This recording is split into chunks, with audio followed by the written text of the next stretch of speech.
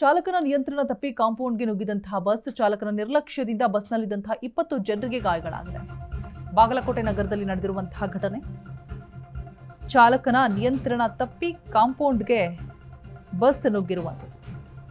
ಬಾಗಲಕೋಟೆ ನಗರದ ಅಂಬೇಡ್ಕರ್ ಪುಥಳಿ ಬಳಿ ನಡೆದಿರುವಂತಹ ಘಟನೆ. ಸುಮಾರು 20 ಜನರನ್ನ ಹೊತ್ತು ಹೊರಟಿದಂತಹ ಖಾಸಗಿ ಬಸ್ ನಿಯಂತ್ರಣ ತಪ್ಪಿ ಏಕಾಏಕಿ ತಗ್ಗು ಪ್ರದೇಶಕ್ಕೆ ಬಸ್ ನುಗ್ಗಿದೆ. ಬಸ್ನಲ್ಲಿ ಪ್ರಯಾಣ ಮಾಡ್ತಾ ಇದ್ದ 20 ಜನರಿಗೂ ಕೂಡ ಸಣ್ಣ ಪುಟ್ಟ ಗಾಯಗಳಾಗಿದೆ. ಸದ್ಯ ಅಪಘಾತದಲ್ಲಿ ಯಾವುದೇ ಪ್ರಾಣಾಪಾಯ ಸಂಭವಿಸಿಲ್ಲ. ಗಾಯಗೊಂಡವರನ್ನ ಸರ್ಕಾರಿ ಆಸ್ಪತ್ರೆಗೆ ದಾಖಲಿಸಿ ಚಿಕಿತ್ಸೆಯನ್ನು ಕೂಡ ಕೊಡಿಸಲಾಗ್ತಾ ಇದೆ. ಸ್ಥಳಕ್ಕೆ ಬಾಗಲಕೋಟೆ ನಗರ ಪೊಲೀಸರು ಭೇಟಿಯನ್ನ ನೀಡಿ ಪರಿಶೀಲನೆ ಕೂಡ ಮಾಡ್ತಾ ಇದ್ದಾರೆ.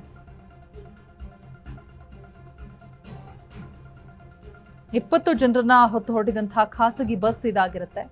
ಚಾಲಕನ ನಿರ್ಲಕ್ಷ್ಯವೇ ಈ ಒಂದು ಅಪಘಾತಕ್ಕೆ ಕಾರಣ ಅಂತ ಕೂಡ ಹೇಳಲಾಗ್ತಾ ಇದೆ.